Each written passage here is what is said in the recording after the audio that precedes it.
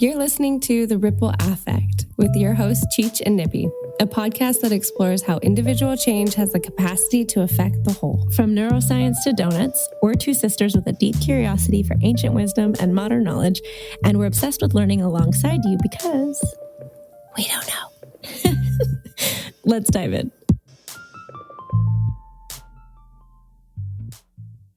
Welcome to another episode of the Ripple Effect podcast. We're about to drop into a kitchen table talk, which are free-form sibling conversations that explore what's going on in our lives and how that relates to change. For the most part, in these natural, uncurated, unrestricted conversations, we don't edit our process of articulation. We try to leave the recording in its raw format. So this is as close as it gets to being in the room with us. Enjoy! We live. These are pretty good. Isa's been waiting to drink that for how long? Probably an hour. I put them out and then I put them back in the freezer to cool them off because they were getting warm when we were figuring out tech. We've been figuring out tech and we finally have arrived at the place where we can just talk and hear ourselves. And hear each other. That was what was so hard, is we could either hear ourselves or hear one another, but we couldn't hear both forever. And we've got our pops, which are not soda pop. Isa likes me to clarify. They're not. They're, what are these? Sparkling waters. Sparkle waters. They're good though. So for these kitchen table talks, as we're referring to them as, we don't have agendas for these. These are going to be fluid conversations between my sister Isa, and you're hearing me, Chiara, Cheech, talk. We want to do a better job in allowing you to know who's talking when, although we're not going to be Who's talking? Oh, it's me. You say that line a lot from that movie. And it's a children's movie. Who wants a cookie? Your heinous comment will be stricken from your record. She's just going to do this now. This is just going to be Madagascar over and over and over again. King Julian, with a Guzman. Okay. But yes, we want to have these be fluid. We are going to have these be fluid. And do our best to kind of give Chiara talking. Isa. This is Isa. Yeah, we mentioned that maybe try and do a better job of, in the beginning of episodes, being like, hey, this is Isa. You're going to hear my voice. And hey, this is Cheech, Chiara. Oh, yeah. My voice, which is the other thing, right? Yeah, so we have 4 names we recognize that we're throwing at all of you. Yeah, because... And that's a lot. Yeah, because my name's Isabel. Chiara mentions that in somewhere in one of our episodes. Yeah. Isabel, my sister, the prequel. Yes. And then also I go by Isa, and then my nickname is Nibby. So any one of those is me. And that's the voice. And this is my voice that is associated to those 3 names. And then mine is 2. Chiara, actually 3 technically, because Chiara, and then the weird ass way Isa says my name, which is Chiara. So weird. Let's just go back a second. If you didn't listen to the prequel, I'm going to repeat because that's weird. She can't pronounce my I can't figure out how to pronounce her name. It's so weird. So Chiara, sometimes it works though. Sometimes it comes off the tongue right and it's correct. Which is fine. My name's a little, off. But Chiara, and then and then Cheech. And that's me. That is the voice of Cheech that you'll be hearing. So that's it. Hopefully we've house kept. Hopefully we swept You up. can tell she doesn't keep a house. Hey. Just joking. That's not true. You live in the house that I keep. I keep this goddamn house. No, you don't. All right. But this podcast is about change and what we do want to provide in value in these kitchen table talks is change from our perspectives and what it is that we are going through and continue to go through that can be helpful in a shared mutual journey of exploration and continuing growth. And that's where we come into to today. Yeah. Which is, where are we at? Yeah. And yeah, what's going on? Yeah, because the previous recordings that you've heard from us, from Nibby and me, Cheech, have been older. They were dated in 2020, if you listen to the prequel, and 2021. 1 if you listen to episode 1. Dr. Thayer's interview, episode 2, is new with Isa, Nibby. I'll keep trying to throw We gotta less pick names. one. We gotta pick one. They're interchangeable though. But yeah, so then today is the day that we get to give you a little more of an updated take on where we're at. We had a really good conversation earlier that both of us said we wished we were recording, but you, Isa, are in psychology classes right now. Yeah, I'm in school studying psychology, and I grabbed a notebook that I actually use for the podcast now, and I was looking through, and there was tons of notes in it already. Like, I had recycled the notebook, the end of the notebook, and dedicated that to the podcast, but the beginning was all from my positive psychology class, which was the very first psychology class I ever took that made me change directions in my education, and I stopped studying business. I got my degree in business and then shifted to psychology. So that class was obviously really impactful to me, and I was going through some notes, and it just spurred this really nice conversation about, gosh, like spiritual bypassing and the basics of therapy being helping somebody, learning about somebody to help them learn about themselves. I thought that was in and of itself was really valuable because I've experienced therapy, but I don't know about therapy,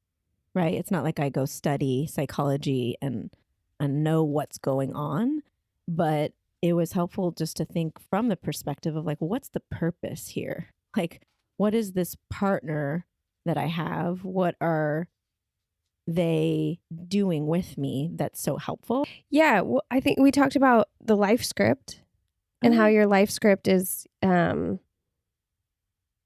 like positives and negatives patterning from your life that you picked up and what coping strategies you used for survival. And then that creates these injunctions. And the injunction is the repetitive messaging that you're playing out within this life script. And as a therapist, they help you recognize how your injunctions are affecting your life script, or how your vice versa, how your life script are playing out your injunctions. And then they bring those all together for you so you can cognitively be more aware of, oh, this was going on in my younger life and it led me to believe this. Or led me to do this. I'm just going to interrupt and jump in right here because I wanted to give a definition of injunctions that was a little bit more in depth. So, defined in 1979 by Golding and Golding, injunctions were messages from your parents' child ego state that are given out of their pains, unhappiness, anxiety, disappointment, anger, frustrations, or secret desires, and adopted by you and played out in your life. In 2010, McNeil published a list of 25 injunctive messages and categorize them into 5 classes: survival, attachment, security, identity, and competence. An analogy used for these is often turning the prince into the frog. It's you, but it's not really you. Okay, now you're going to jump right back in with Chiara. And let me repeat this back because this is the second time I'm hearing it now, and I just want to make sure I'm also like, okay, am I with this? Do I actually understand this? My basic understanding of it was that when you have something that happens in your life, you're coping with it, you're creating a strategy from it, you're surviving by doing something, by thinking something, by internalizing something, or having the world look a certain way. And eventually that becomes something that might not be helpful for you. Yeah, that's the missing element, is like that responsibility piece. Because like you might be going throughout your life and you don't realize you have a character defect that is negatively affecting the people around you. And then it comes back around and it starts to negatively affect you. You're fighting with your husband all the time. Your kids don't want to interact with you. And you're like, okay, well, it seems like it's all these exterior things happening. These other people are the issue. And the thing about injunctions are everyone deals with them in different ways. So like, you either reject or you go in the other direction, like the alternatives to dealing with an injunction, to dealing with the repetitive messaging. Like the examples would be like, I don't belong, or like we talked about, don't be a child. Like if you've, heard that, like, oh, it's not appropriate to show vulnerability, like, that repetitive messaging. A lot of people, for me, it's like self-critical. My repetitive messaging is a self-critic, really strong self-critic. You're not enough. You're not smart enough. Like you can't, You're not doing enough. You're not doing enough. That's mine too. Yeah. So that injunction will cause issues because I am coming from a place of like, oh, I'm not enough. And so it shows up in my relationships, because if I don't feel like I'm enough and I'm with somebody, like, that's not really a wholesome place to come from. And if I'm not doing enough, if I don't feel like I'm doing enough, I will overdo. I will go into overdoing and stay up too late at night and do all these things that cross my own boundaries, because deep inside, I don't feel like I'm doing enough. I'm not enough in that way too, right? Yeah. So you either like, you accept it and you give into it, right? Like that's one of the ways. You're not doing enough. And so you're like, okay, I accept that. I'm not doing enough. So I have to do more. And you believe that I'm not doing enough. That's my life script. I do more. And you give into the injunction. This is who I am. Like I don't you give have a into choice. it. Yep. You give into it. There's no choice there.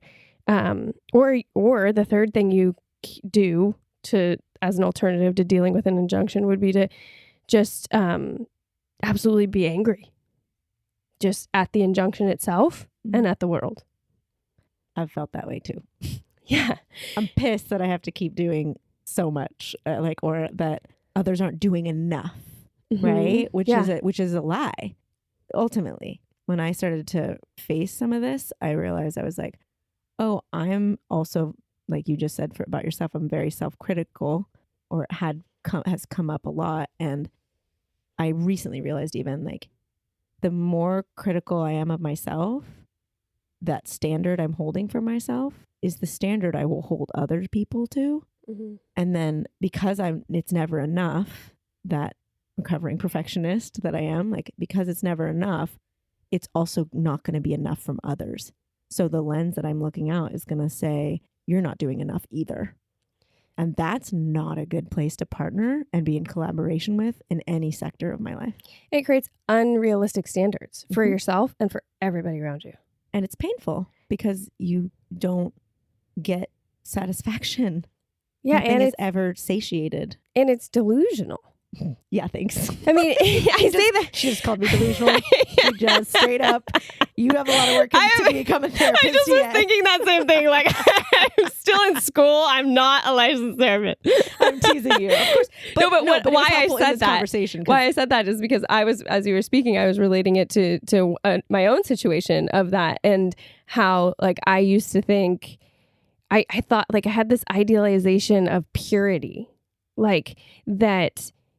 The quote unquote perfect, or like a good relationship, a relationship that was meant for me, or I was supposed to be in with somebody else, had this element of purity where things weren't chaotic, where there wasn't discourse, where there was just harmony. And it was like, and I had that same pattern, that injunction that it was my, like, everything should just be so great, like almost non-human.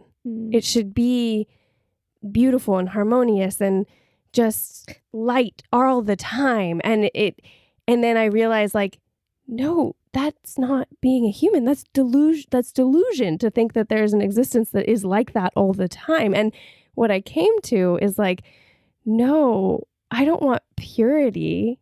Like, I want peaceful resolve. That's what I didn't get as a child. That's what I never saw modeled.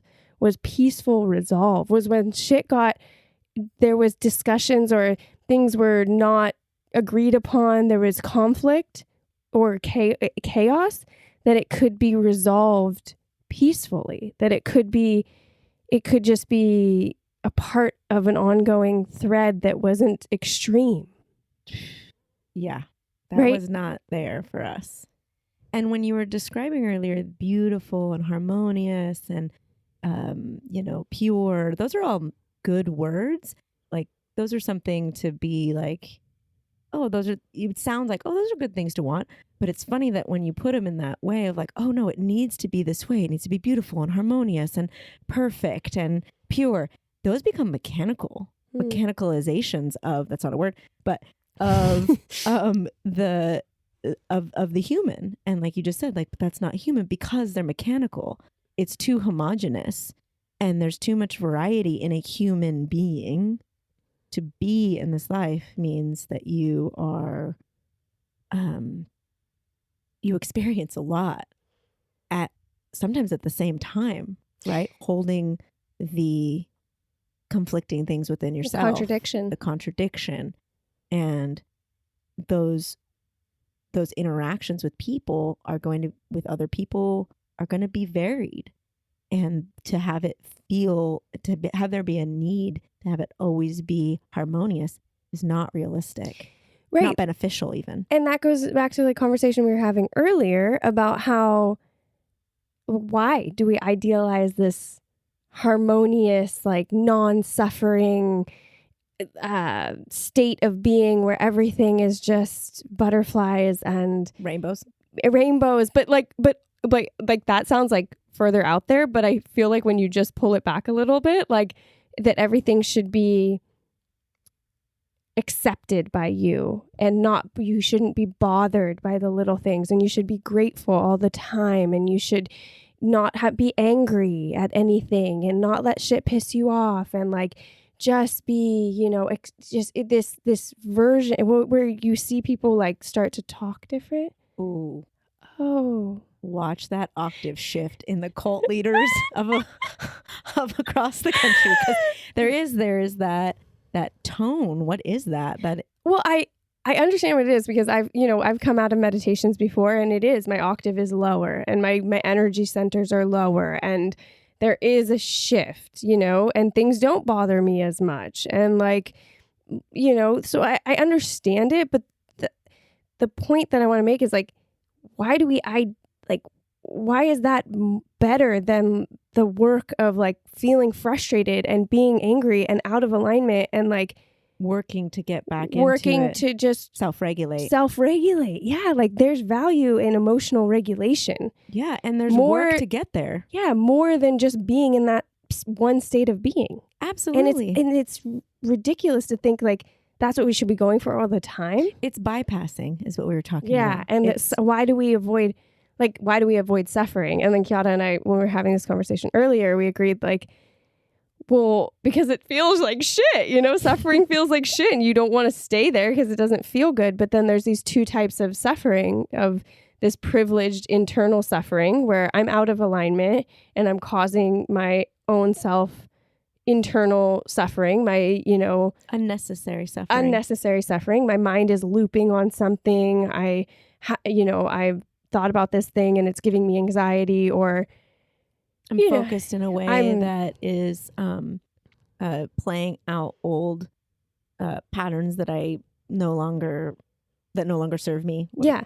Yeah. And then there's like the world suffering, where there's, the external suffering, where the suffering from not having enough food, suffering for being so impoverished that you can't take the steps to get somebody medication they need, like the systematic oppressive poverty, like that type of economic suffering, distress. Yeah. And the hope was, when we were talking, like, well, is it possible that this internal work that we do to shift out of our own personally created suffering to then have more clarity and energy and focus and vitality to be able, bigger capacity to be able to then take the actions that are needed to help not real, but like the more global, more systemic just suffering, the external suffering, to get those people of our species into the same level that we were at when we were trying to fight our own internal. You said to level the boats, or how did you put it? Yeah, to like when the tide rises, all boats. Yeah. So. And it is like that place of, can you help yourself enough to help another? Mm-hmm. And you can't help another if you're drowning. Oh, there's such a good comedic. Oh, who's that comedian? I'll probably cut this out because what is her name? Gotta look her up. She does a lot of mental health stuff. She talks about how she's like, it's not cool if you don't have your floaties. Oh, yeah. I think she's bipolar, maybe? Yeah. Or, your medicine is like your floaties. Yeah. And you just keep them on. You can go swimming with other people. It's all good. But it's like not cool if you just take them off and jump in the pool and like... It's not cool for Jared. He has to come rescue you and you're freaking out and you're making a scene and it's a whole thing. Yeah, it's a good analogy. It was the best. I will get that clip. I will put it in the show notes because and her name, because she's awesome, and it really does illustrate the how it helping yourself does matter. It does matter. It does matter for your not only for yourself, but for your internal family unit, for the relationships that you want to have, that you have currently. For it is a personal responsibility. Yeah. How would you say you're helping yourself right now? Oh man. Someone recently asked me this, actually.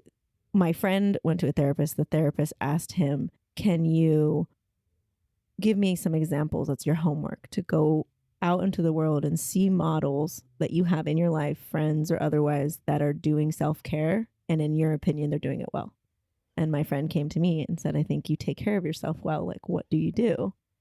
And I went, "Oh man, I don't know. I don't know how well I'm taking care of myself, but I do. I think I do a lot of things." And I wrote down a list, and it included therapy.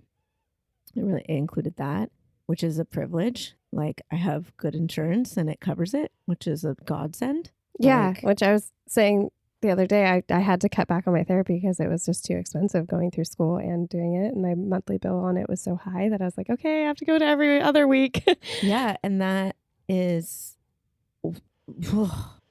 I don't, and that, so I'm really grateful, and it is a privilege. I recognize that, and I take full advantage of it for that reason, because I'm like, no, like, I know what my life was like before this. And I want to, I do honor it, what it does for me, and the fact that I can have it. And I'm really grateful for that. So therapy, I use my own spiritual practice that isn't, it's an evolving thing that isn't, I used to really talk about that self-critic. I used to talk about my self-practice and get down on myself. Like, oh, it's not a practice. It's not consistent. I don't open the Akashic records every day. And after I learned how to do that, or I don't meditate and like all this stuff. And somewhere along the line, I let go of that because I realized I was like, practice is practice.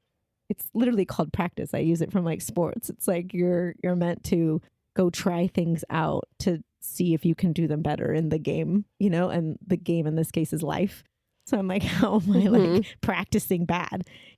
Any practice, even when you get a bad practice. Yeah, I've had that in sports where it's like, oh God, that was I didn't do anything, I didn't improve. But you showed up. But I showed up, and There's a lot to be said for just showing to up. do the thing. And it definitely, when I put in my practice hours, I think of being an actor, right? I practice way more than I get paid to work.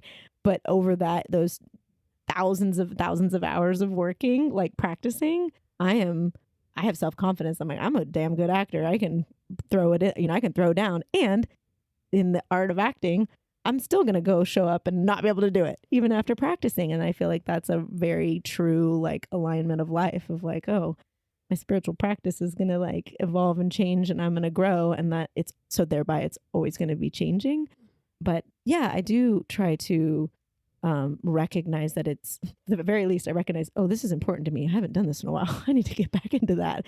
And to be honest, on that level, working with clients in the coaching, clarity coaching, and spiritual coaching, spiritual work or connection that I do with people, that helps me. I've noticed that, because I might not always be able to step up and like have the discipline to do the self-practice work of say, for instance, the Akashic records, or sitting down with myself for a clarity session to get organized around my schedules and things or whatever. But when I do it for someone else, I go into the same mode. So it energetically like helps me get a dose of that, which is why I love like the benefit of that. It's something like makes me practice, I have to be really aware, sometimes more aware when I'm taking care of others, just because of where I am in the journey of myself. I'll show up for others a little bit better than I'll show up for myself. And so that client like relationship is so sacred to me, because it truly is like helping me. And I think the other way that I like just to name like one more, like the other way I think I take care of myself is like education. Like I read. I do. I try to read because I feel like because I feel like it's something that helps to keep me in a space of like learning that I don't know everything, and it's okay to not know everything, and that there's resources for me out there, and I think the other way it like takes care of me is it's like that ping of learning something is a dopamine hit. Oh, such a good hit. It's such a good hit, and it like when stuff clicks, it turns me on. Like it's God, that's how I felt in that entire neurobiology class. Oh, tell me more. And like I've said this before though, in my nutrition classes too. Yeah, you like that. I really like learning about the human body. Like that's what really lights me up. Like I get so just invigorated by it. It's just like, what? I think what it is when I find out information about my own body or my own self, I'm almost like, how does everyone not know this? Like that type of information, because it's universal.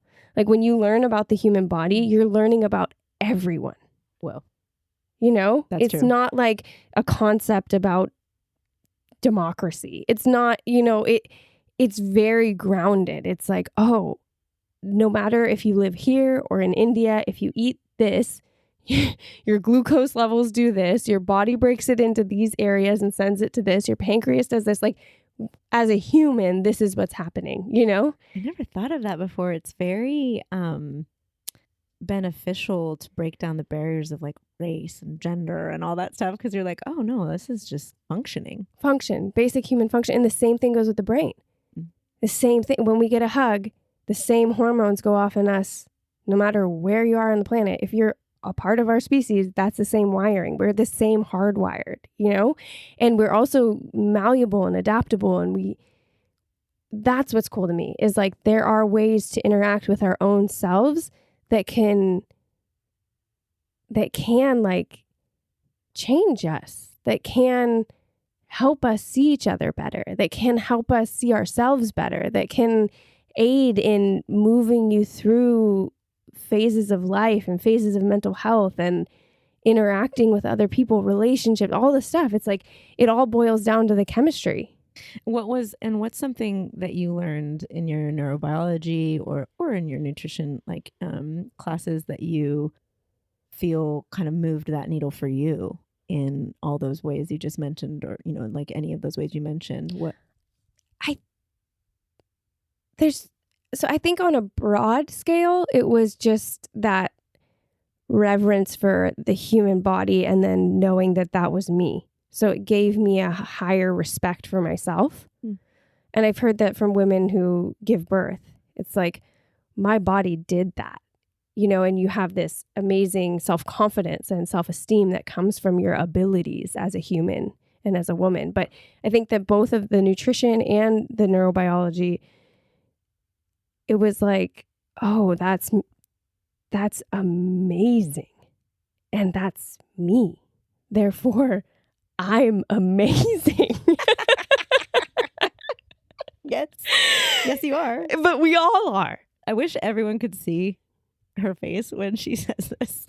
Like, that's the one thing I wish we had video, because it's like her face lights up as if she's getting a present. Like someone is literally putting a giant present in front of her that she gets to open, and she's just like wide-eyed. Well, like when you have a really strong self-critic, that is a gift.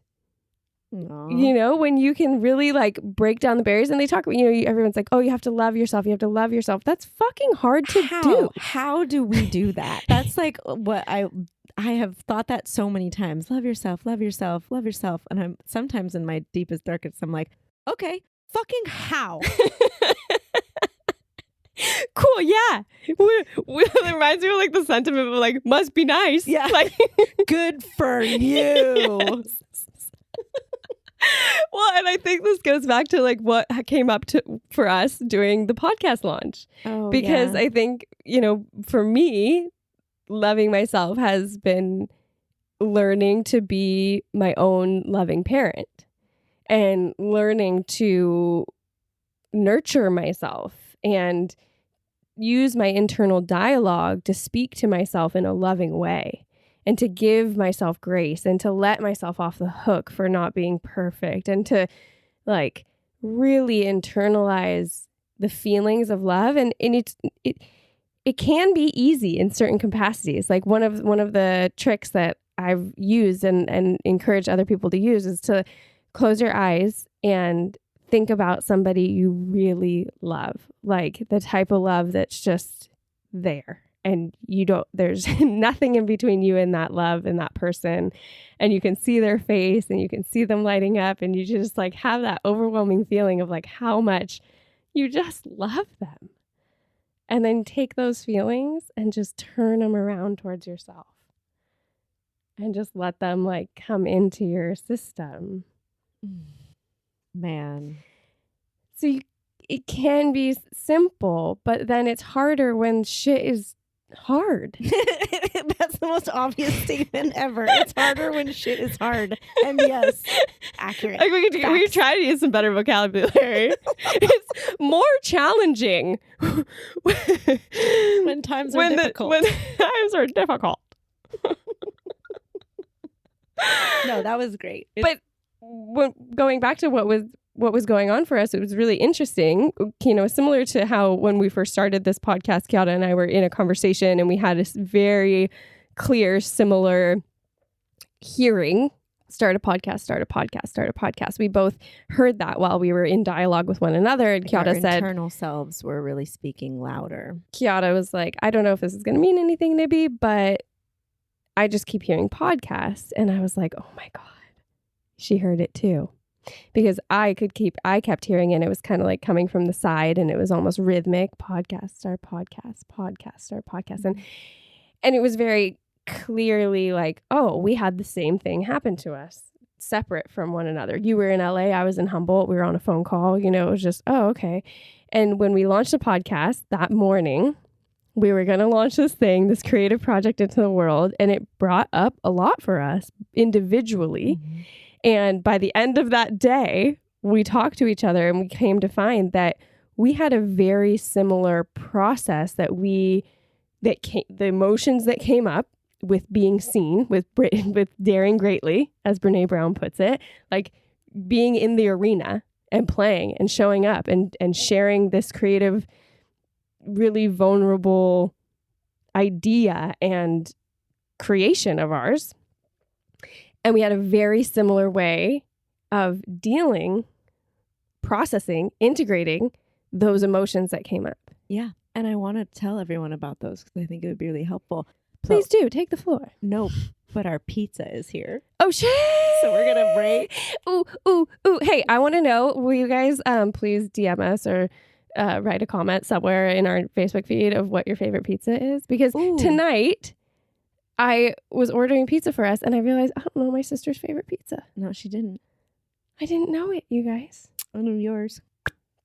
She did know mine. Mine is veggies, no cheese, add pepperoni. Which has been almost a favorite of mine. Mine's a lot of veggies, cheese, and add sausage. But previously, my staple was just plain cheese. How do you know the pizza's here? I didn't even hear anything. I just know it intuitively. Shut up. I'm serious. She's like, the Akasha told me. No. Okay. Well, this is a good time to stop.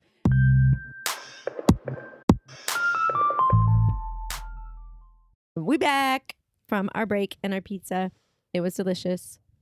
And yeah, we are going to talk about our journey of the launching of the podcast and how it affected us. Yeah. You articulated it very well, that we both went through similar things and we processed those things. You sound so sad. Are you okay? Are you okay? Shut up. Don't make fun of my serious voice. Do you need a blanket? No. I don't need, no. I'm fine. Do you need a hug? Always, but I'm fine. All right. No, I just wanted to comment that I felt like it was very interesting on my own to have processed some serious emotion and triggering stuff. Don't I'm trying to get into this episode. Sorry, I'm having a hard time focusing. Dude. Okay. How about you just talk? Go ahead. You take it away. Wasting their time. Just wasting people's time. So we're using these new mics, and it's like a handheld mic, and I have this urge to just karaoke it. Dude, this is what I live with, people. What are your favorite karaoke songs? Can we not? If you had to sing karaoke, what song would you pick? I don't sing karaoke. You had to. No. Life or death. Your dog's going to die unless you sing karaoke. So messed up. What would you sing? First of all, that's messed up. And the fact that you don't know that I do not sing karaoke is odd. Nobody really likes... Oh, no, people love some people karaoke. do, but it's not like a common... Like, most people are like, nah, I'm not like that. Not true. Opposite. You What? don't get out much. You're not friends with musical theater people. Oh, God. Who is? Sorry. I am. Sorry. Don't listen to her. See the insults? You're my people. Don't worry. Even though I don't know any musical theater references. You would probably sing Gangster's Paradise. What?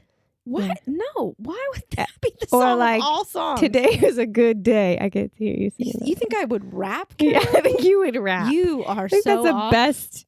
I think that's the best option No, for you. dude. I would probably have to sing a Bob Marley because that's all I can get out. I don't sing. Why are you doing this? Maybe I don't like sing. a Fuji song. Jesus Christ. This is dude. I would sing Fever. Really? I think so. I love that song. Good for you. Never know how much. Not now. I This is love not karaoke. I'm serious. you. Stop. Okay. Sorry. Yeah. Good. Okay. I'm glad you apologize. Fuck Fuck us. Okay, I'm back. All right. Good. Now, would you like to share what came up for you? Or No, you go. me go? So you interrupted me that whole thing just for me to come back to it? Yeah, I'm ready to listen now. All right. Good. Thank you. God damn it. Okay. So yeah, for me, what I thought was interesting is we both had this individual process and wow, I think the things were different. I actually, not to be like rude, but I don't remember what yours were. No, So you'll share and I'll listen intently because I'll remember. But for me, what I recognized came up in launching the podcast was a lot of fear of being seen, of being exposed is how it felt. Felt very exposed. And I also had worked really hard to edit it all and put it all together. And I was noticing in doing so, because, timelines always get crunched and things kind of, I'm not a person who stays on schedule really tightly. So usually as deadlines approach, I've gotten better over the years, but I'm like, oh, there's more to do than not that I thought, but I got a lot to do. So I stay up late and I, do a grind and I get it done. But in that, I'd worked really hard in my life to let go of some of that patterns of overdoing. Can I interrupt you really fast and just interject? There's a really good video about procrastination that I think I'd love to show you, Cheech, and share in our show notes, because it talks about how procrastination is not like the lack of caring. It's actually like over caring, and you put it off because of that, like wanting it to be like a high level. And I'm doing it no service right now, but I think I think it's a Stanford professor who does this talk about procrastination. And it was so helpful to me because then it helped me reframe procrastination in a big way. Yeah, this sounds odd, but I have done a course on procrastination that was very helpful actually. And sticking to that course is odd because it's like, how do you not procrastinate? But it was helpful to learn about it. And that was one of the things that they shared about in that course too. So I bet it came from that same YouTube. So that would be really, you said it was on YouTube? Yeah, I think it's a YouTube video or a TED Talk. No, YouTube. He was on a stage, but I don't think it was a TED Talk. Yeah, definitely show notes that. I want to watch it. And I had procrastinated, but it really was more just kind of, there was a lot of work to do. Yeah. And I was happy to do it too, but at the same time I've worked to slow down in my life and to not have so much on my plate that I'm having to grind like that necessarily, which is a total I'm very fortunate. I feel deserving of that space to have taken in my life. And so I am happy to do things when things get, okay, I know I can put the work in. But what came up was those feelings of not doing enough. And I was recognizing that it felt like I was watching myself be very concerned of it not being good enough. The quality of certain things, the edits of certain things, the just very detail oriented. And it sent me into a space where I got sad. I got triggered and felt overwhelmed and felt like a lot of combination of things. And I had to. I woke up in the morning of the podcast. That was morning of the podcast launch, and I immediately had a very old familiar feeling of like I got to get up and I got to do so much, and I have to get up now. I'm already behind. Panic and disassociation, like not being able to feel my body, not being able to feel my like like I wasn't taking the space or time to feel anything.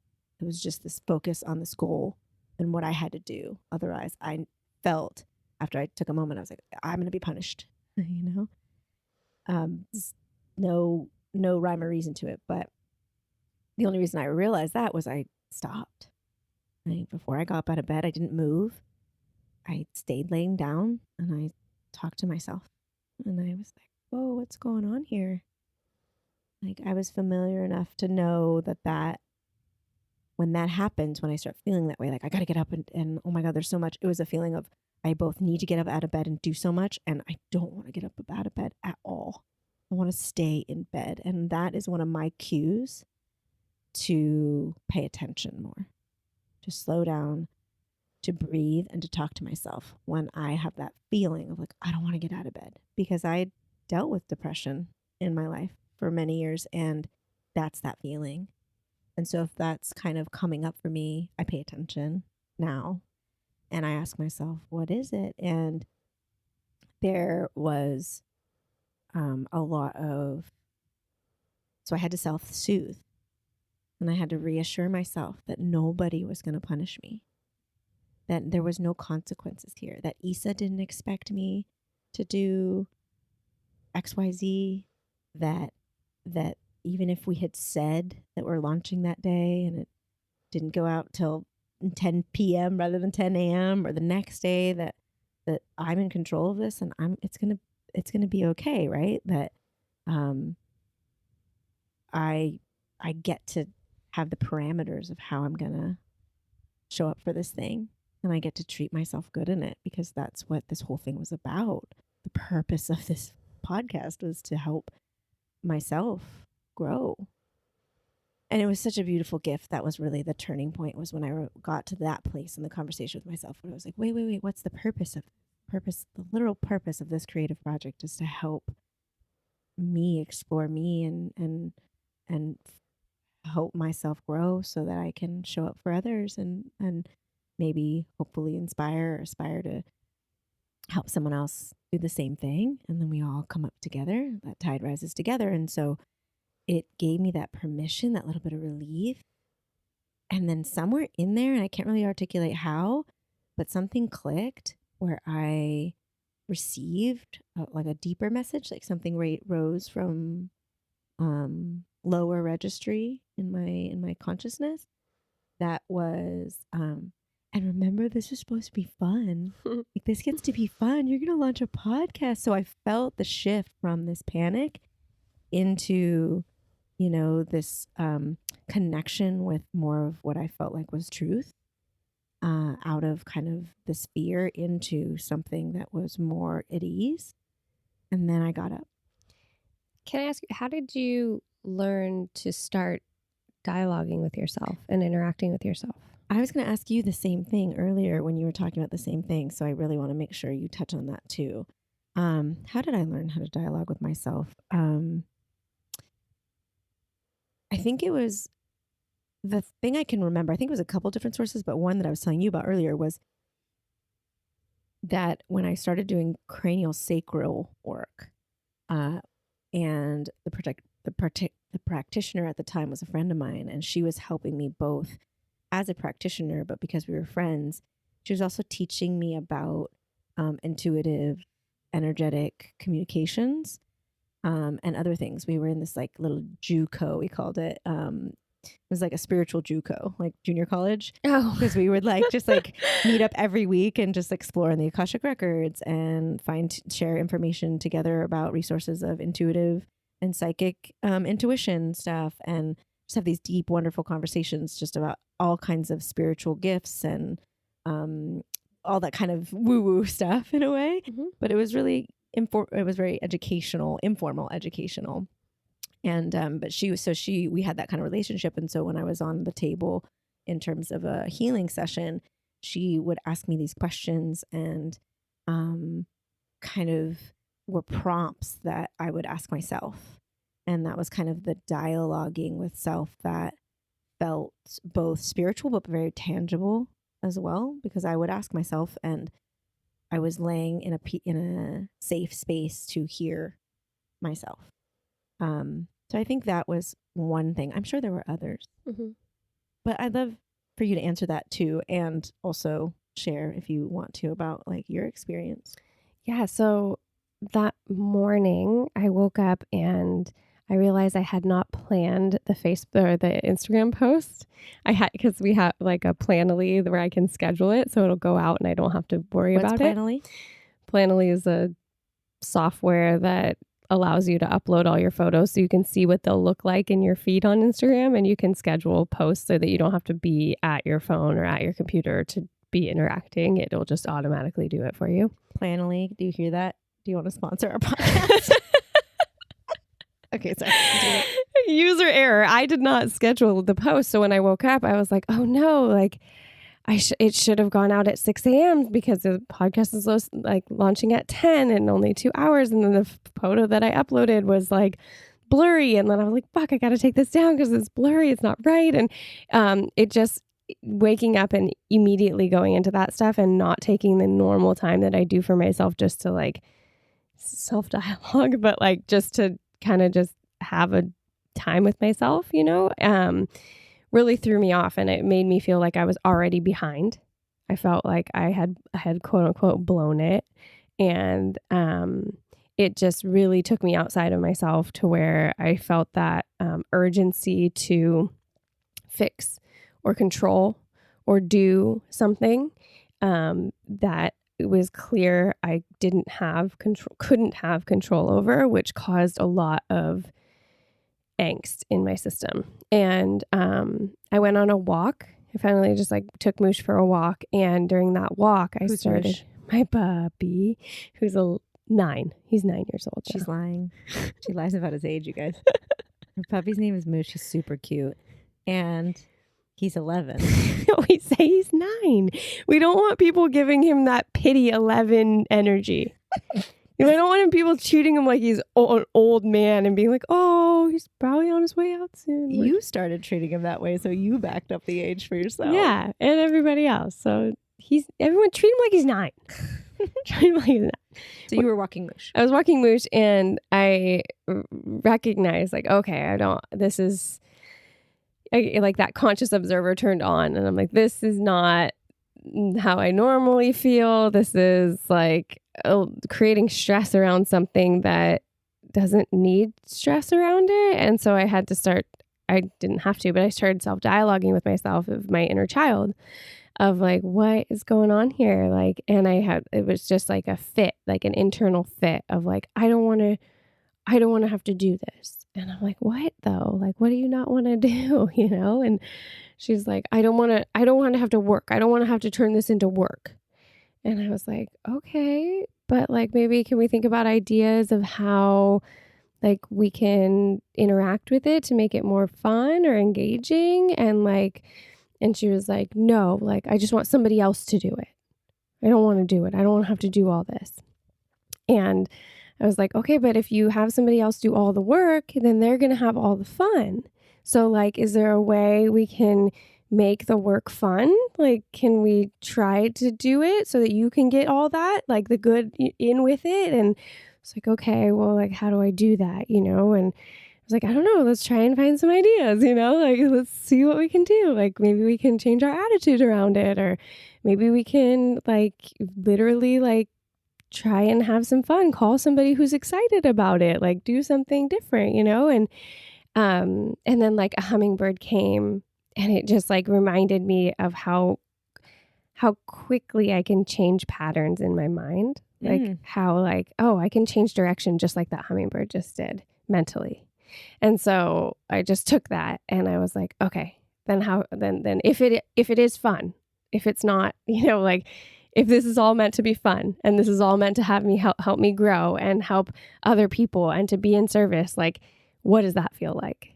And I like just went there, and then I enjoyed my walk. I got more present. I just was like, okay, now we're back, but literally back. Like I had to bring myself back, and I had to do that dialogue and go through those emotions with it and self-soothe, self-nurture, and like be my own loving parent. Which... And I want to hear where that comes from. And you just triggered, though, I want to share one of the things that I want to hear where that comes from, meaning where you learned also how to do that. Because that's so beautifully, that example you just gave was clearly like very illuminating. Like if no one's ever done that, I think that would be like, whoa, you can talk to yourself like that. That's so awesome, So, and you're very skilled at it. And I know that you've learned it from somewhere, but I wanted to just interject just to say that one of the things I really left out from my processing was, which is really big for me right now, is feeling all my feelings. Like before, when I started to feel the feelings of fear and resentment that I hadn't like done it right, or that I was going to get punished, or it wasn't like, oh, okay, I had to actually, I want to avoid those. They don't feel good. So my solution had been go to work, get into work, because like you don't have to face those. You're just going to have to overdo, and then maybe those will go away. You have to deal, the way you deal with the feeling, intensity of feeling not enough and all the things that come around it are to go into action to try to prove, ignore and try to prove that they're not enough. Run through away doing. from your injunctions. Yeah. Through doing instead of what I needed, and what I found that I need and is most helpful is now being. And in order for me to get, like you just said, come back to my being, I had to feel those difficult emotions of what it was that I was what I was presently actually going through. And that did also have me dialogue with like inner child, because it was what was coming up, because I was scared. And I wanted to not be scared. And so to feel, but I had to pause and breathe and come into my physical body. I recognized, like I said, I was getting up too early and I couldn't even feel my body. It wasn't like, it was like I had to feel my toes and scan my body and then remind myself it's safe to feel all my feelings. And then like it was through feeling the feelings that I went, oh, okay. What more is there? And I think there's another thing that you probably did that you're not mentioning that I always do and have to do is like to let myself know that it's okay to feel that. Yeah, that it's safe to like feel that. It's okay. It's okay, acknowledging it, not trying to change it immediately or almost like give solution to it, Like I think I did skip over because I'm like, oh, okay, I can switch my mindset, whatnot. But there is a definite like emotional interaction with yourself that is that self-soothing of like, okay, I acknowledge that you're feeling like that. And it is hard. And this is a lot. And you're doing it. And it is scary. And those are valid feelings. And you're allowed to feel that way. That's okay. Like, but like, if you don't want to keep going down this way. Yeah. And thank you. And like we said, like I said before, when you're living through your injunctions and your life view is running, that program is running that life view, it's not the purest version of me. That's not the truth of who I am. That's a scared little version of me. And that's not the woman that I am. That's not the bravery that I have. That's not my courage. That's not my toolbox. That's not my kit. That's not the true essence of who I am. And so in order to get back to that true essence of who I am so that I can interact with you, Chiara, during the podcast launch, or my dog or my family or my partner, like that's why that dialogue is important, because I don't want to run everything through that filter and have that just running the show. Yeah, thank you. Yes, and that is exactly for me. One of the bigger turning points was the ability to acknowledge how I feel, but then for that, I have to set up that I'm going to be safe to feel that. I'm not going to get punished for feeling that. And it is that secondary step of, like you just said, I feel, and I'll say to myself, like, oh, that's hard, huh? Like, that's hard to feel both angry and worried and scared that it's not going to be enough and that something's going to go wrong and that you might get blamed for it, or you'll feel bad within yourself about it. Like, those are hard. That's difficult, huh? Like, and it's making space for the reality of the secondary layer of I both feel the thing and I feel bad about feeling the thing and I don't want to feel the thing. Mm-hmm. It makes me think of The Work. Oh, I've heard of that. Byron Katie. Mm-hmm. Monica, my our how do we describe Our brother's mom? Our brother's mom. But she's such a good friend. Yeah. She's amazing. She's a good family member. She turned me on. She's a practitioner. She's a practitioner, but I never have had a session with her. What's your take on The Work? Or can you share a little bit? Oh, I wish I had it off the top of my head, but maybe we'll do a tactical on it. Yeah, that'd be great. One of the sayings in it is it true? You run the thought process or the belief or whatever's going on with you through this series of questions.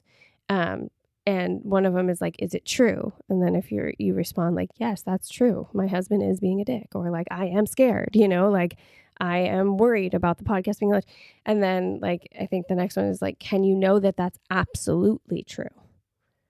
Like, and a lot of like, I think that's the word, like, again, don't quote me on that, but that's what came up when you thought of that. When you said that, I thought of that, because it's like, then you have to start breaking down your own narrow vision belief system that's causing you to think that. And it starts to dissolve your argument a little bit of like, oh no, there are realities where that's not true, Evidence-based. Yeah, I'll work that step sometimes. Like I'll get in a frenzy around these things, and then I'll ask myself like, okay, but do you have evidence for that? Go back to the data. I do that with my clients. Like, okay, we're going to go off the data, and talking about like the data of change too. We talked about that with Dr. Thayer.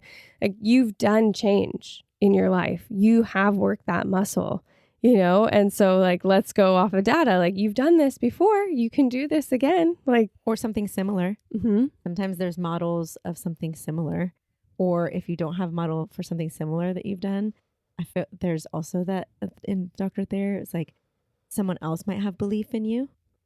You can borrow it. That was so good. When I heard Lovely, that, right? I was like, borrow some courage? Fuck yeah.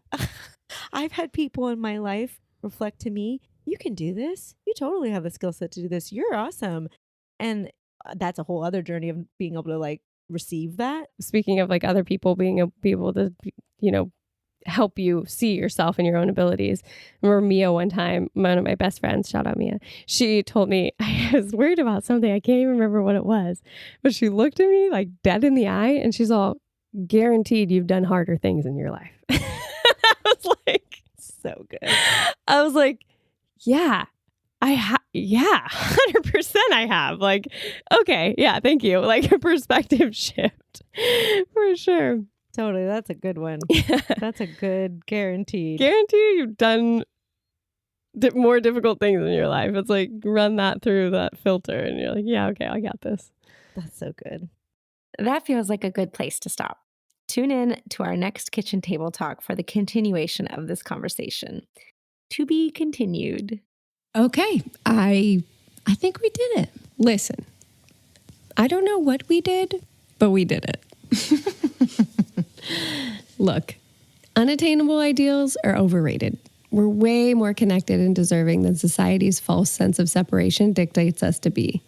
You're not just one person, you're enough. Your effort is enough, and change is possible. Question the standard that says otherwise, because What if almost is good enough? Just by tuning in, you're part of our clan. Not in a culty way, though. We don't know how far this ripple can go, but we're going to keep showing up. And we'll never get to perfection, but we're all going to be okay if we let the process be the solution and we see the value in the attempt. Thanks for listening to another episode of The Ripple Affect. We're looking forward to exploring a different facet of change with you next Tuesday. Same time, same place, next week. For show notes and additional resources, check out our website at rippleeffectpod.com. That's affect with an A. Chiara has worked diligently to make our website interactive. Please visit it so it wasn't all for nothing. In all seriousness, though, there's a ton of resources there. DM us directly at Ripple Effect Pod on Instagram and let us know what you liked about our show or any of your own ideas. We're really excited to hear from you. We value your feedback because it helps us make the pod better and it's our way of including you in our process. Okay, so ratings aren't the point of why we do this. We really want to make a change in the world. But in the Matrix, there are algorithms. So yeah, every single review we get helps the ripple go farther. To help us out, please take 2 seconds, find the ratings and review section on whatever platform you're listening from, click 5 stars, wink wink, and leave a review. We know you're busy, so just saying hello or literally hi as the review helps us hack the Matrix. We sincerely appreciate it. If you want to become officially initiated into our clan, again, not in a culty way, hit the subscribe button wherever you get your podcast. And as always, we're in it with you. Keep questioning. Stay curious. You got this, clan. A special thank you, love, and credit to the magnificent Mia Casasanta for this beautiful music you're listening to right now.